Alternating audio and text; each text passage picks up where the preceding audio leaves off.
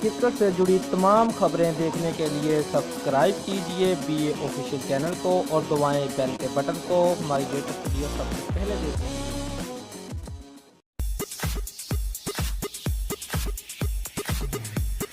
कौमी टीम के fast bowler Hasan Ali ने कहा कि उनका अगला टारगेट वर्ल्ड कप का नंबर 1 बॉलर बनना है।